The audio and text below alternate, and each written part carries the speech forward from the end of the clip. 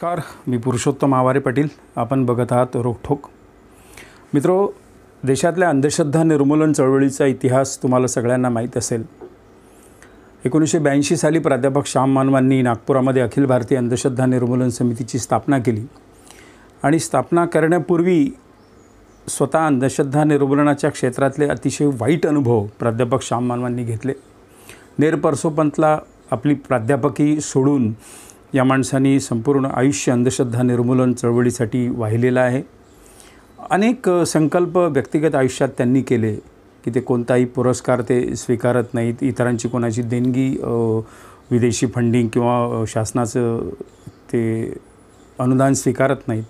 असे व्यक्तिगत जीवनात असणारे अनेक संकल्प करून या माणसांनी 1982 साली अंधश्रद्धा निर्मूलन चळवळीची स्थापना केल्यानंतर पाहता पाहता विदर्भ, महाराष्ट्र आणि महाराष्ट्राच्या आजूबाजूचे जेवढे काही प्रदेश असतील, एक 7-8 प्रदेश, या प्रदेशामध्ये या पद्धतीचा विचार लोकांच्या जीवनामध्ये टाकायला सुरुवात केली. मित्रो, हजारो वर्ष आपल्याला एकच बाजू समजावून सांगण्यात येते की जे पोथ्यांमधून असेल, पुराणांमधून असेल, आपल्या संस्कारांमधून असेल, परंतु दुसरी बाजू आपल्यापर्यंत येऊ दिली जात नाही. काही वर्षापूर्वी मला जर कोणी सांगितलं असतं की या जगात भूत नाही, तर मी त्याला वेड्यात काढलं असतं. त्याला म्हटलं असतं की असं कसं शक्य आहे. परंतु भूत या जगात नसते. ती कल्पना कशी आहे, माणसाच्या मेंदूचे सगळे कसे खेळ आहेत, हे अतिशय वैज्ञानिक पद्धतीनं समजावून सांगण्याचं काम पहिल्यांदा या देशात प्राध्यापक श्याम मानवांनी केलं. या अर्थाने प्राध्यापक श्याम मानव हे देशातल्या अंधश्रद्धा निर्मूलन चळवळीचे जनक समजले जातात. मित्रो, गेली अनेक वर्ष केवळ बुवा, बाबा, मंत्री, देव्या यांचा भंडाफोड करण्याचं काम श्याम मानव किंवा अंधश्रद्धा निर्मूलन चळवळीनं केलं नाही, तर माणसाच्या मेंदूच्या मुक्तीचं काम त्यांनी केलं. एखादा विचार तुमच्या डोक्यामध्ये टाकणं आणि तो विचार तुमच्या डोक्यामध्ये टाकून तुम्ही त्या पद्धतीनं, रॅशनल पद्धतीने विचार करणं, वैज्ञानिक पद्धतीनं विचार करणं, याची सुरुवात तुमच्या मेंदूमध्ये त्यांनी करून दिलेली आहे. त्याच्यामुळे केवळ एखाद्याचा भंडाफोड करणं, अंगात आणलेल्याचा भंडाफोड करणं हे अंधश्रद्धा निर्मूलन चळवळीचं काम नाही. अंधश्रद्धा निर्मूलन चळवळीचं काम म्हणजे मानवी मेंदूच्या मुक्तीचा लढा आहे. या पद्धतीचं काम प्राध्यापक श्याम मानवांनी केलं. त्यांच्या आयुष्याची गेली 50-60 वर्ष ज्या माणसांनी या सार्वजनिक जीवनाला, सार्वजनिक क्षेत्राला आणि लोकांच्या वेदनेला वाहून घेतलं, अशा माणसावर आज एका बाजूला अंधश्रद्धा निर्मूलनाच्या क्षेत्रात, दुसऱ्या बाजूला व्यक्तिगत जीवनाच्या क्षेत्रातसुद्धा आणि तिसऱ्या बाजूला देशातलं सर्वसामान्य माणसाचं जे काही फसवणूक चालू आहे आणि त्यासोबतच भारतीय संविधानाची महत्त्वाची मूल्य कशी संकटात आली आहे, हे ज्याला पाहवत नाही, अशापैकी एक प्राध्यापक श्याम मानव आहे. मित्रो, 2014 पासून या देशात जे काही सुरू आहे ते सगळं पाहून व्यथित झालेली जी काही सामाजिक चळवळींमधली अनेक माणसं आहेत, त्या सगळ्या माणसांनी एक चिंतनाचा, एका वेगळ्या पद्धतीच्या चर्चा ह्या सगळ्या सुरू केल्या आणि त्यानंतर त्यांच्या असं लक्षात आलं की आपण जी काही सामाजिक क्षेत्रातली माणसं आहोत, ही सामाजिक क्षेत्रातली माणसं केवळ चर्चा करून थांबणार नाही, त्याचा निषेध करून थांबणार नाही, तर प्रत्यक्ष या प्रक्रियेमध्ये जेव्हा संविधान आणि संविधानाची महत्त्वाची मूल्य संकटात आहेत, ते वाचवण्यासाठी आपण मैदानात आलं पाहिजे.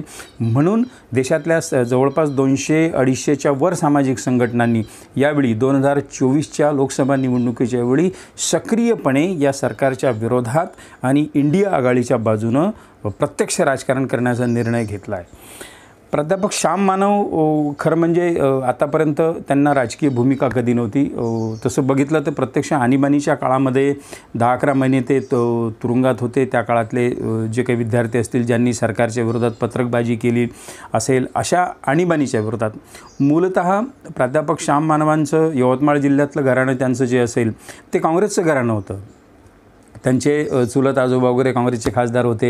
एवढं सगळं काँग्रेसचं घराणं असतानासुद्धा आणीबाणीच्या काळात इंदिरा गांधींच्या आणीबाणीला विरोध करण्याचं काम त्यांनी केलं आणि त्याच्यानंतर प्रामुख्यानं ज्या निवडणुका झाल्या त्या निवडणुकांमध्ये सुद्धा श्याम मानव आणि त्यांच्या मित्रांनी मोठ्या प्रमाणावर काँग्रेसच्या विरोधात काम केलं, विदर्भात भरपूर काम केलं आणि त्याचे रिझल्ट तुमच्या समोर आहेत.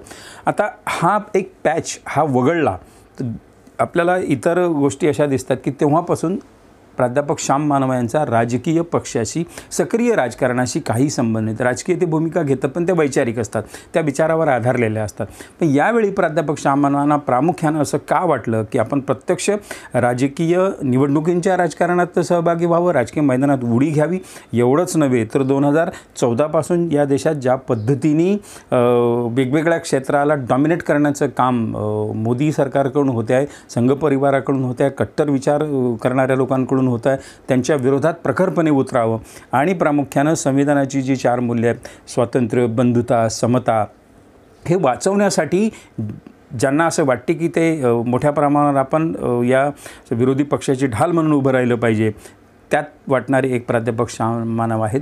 म्हणून त्यांनी यावेळी मोठ्या प्रमाणावर अनेक सहकाऱ्यांना विश्वासात घेऊन असा निर्णय घेतला आहे की यावेळी 2024च्या लोकसभा निवडणुकीत आपण सक्रियपणे या सगळ्या प्रक्रियेत सहभागी झाला पाहिजे. काय होते की वैचारिक क्षेत्रामध्ये, विचारवंताच्या क्षेत्रामध्ये आतापर्यंत केवळ काठावर राहून काही गोष्टींचा निषेध करण्यात येतो, परंतु हा काळ, येणारा काळ जेव्हा संविधानाची मूल्यच संकटात आहेत, तर प्रत्येक माणसाला, विचार करणाऱ्या माणसाला, विवेकी माणसाला काठावर राहून तो विचार करता येणार नाही.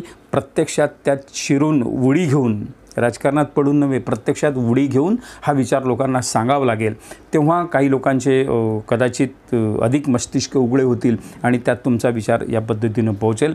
मित्रो, प्राध्यापक श्याम मानव कदाचित येणाऱ्या दिवाळीनंतर विदर्भात या पद्धतीनं लोकशाही बचाव आंदोलनाची सुरुवात करतील.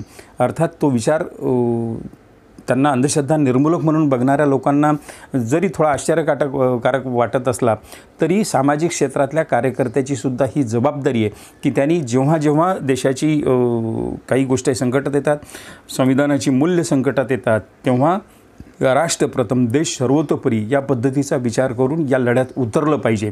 आणि आपला विचार जो आहे, कुठली मूल्य संकटात आली ते व्यवस्थित समजून सांगण्याचं काम केलं पाहिजे.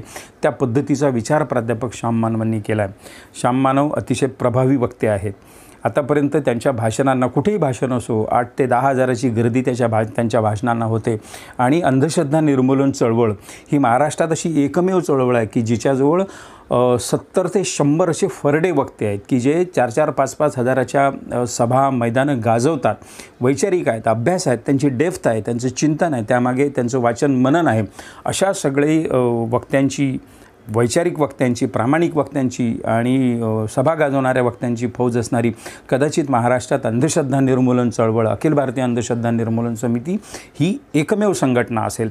त्यामुळे लोकशाहीला अधिक मजबूत करण्याचं काम येणाऱ्या काळात ह्या संघटना करतील. अंधश्रद्धा निर्मूलन चळवळ ह्या कदाचित ज्या 150 संघटना या पद्धतीने विचार करत आहेत त्यांच्या पाठीशी सगळं असेल. आणि प्राध्यापक श्याम मानवांच्या ह्या जेव्हा सभा सुरू होतील तर मला विश्वास आहे की मोठ्या प्रमाणावर लोक ज्या पद्धतीने अंधश्रद्धा निर्मूलनाचा विचार ऐकण्यासाठी त्यांच्या जवळ जातात, तर लोकशाही बचावाचा, संविधानाच्या संवर्धनाचा, संविधानाचे पाठीराखे होण्याचा विचारसुद्धा लोक मोठ्या प्रमाणावर ऐकतील. आणि तेव्हा तुम्हाला कळेल की अनेक वर्ष सामाजिक क्षेत्रात काम करणारा, राजकारणापासून अलिप्त राहणारा माणूस प्रत्यक्ष राजकारणात उडी का घेतो आहे आणि या पद्धतीची भूमिका का घेतो आहे हे लक्षात घ्या. मित्रो, या चॅनलला सबस्क्राईब करा आणि पुढे जा. हा व्हिडिओ आवडला असेल तर लाईक करा, शेअर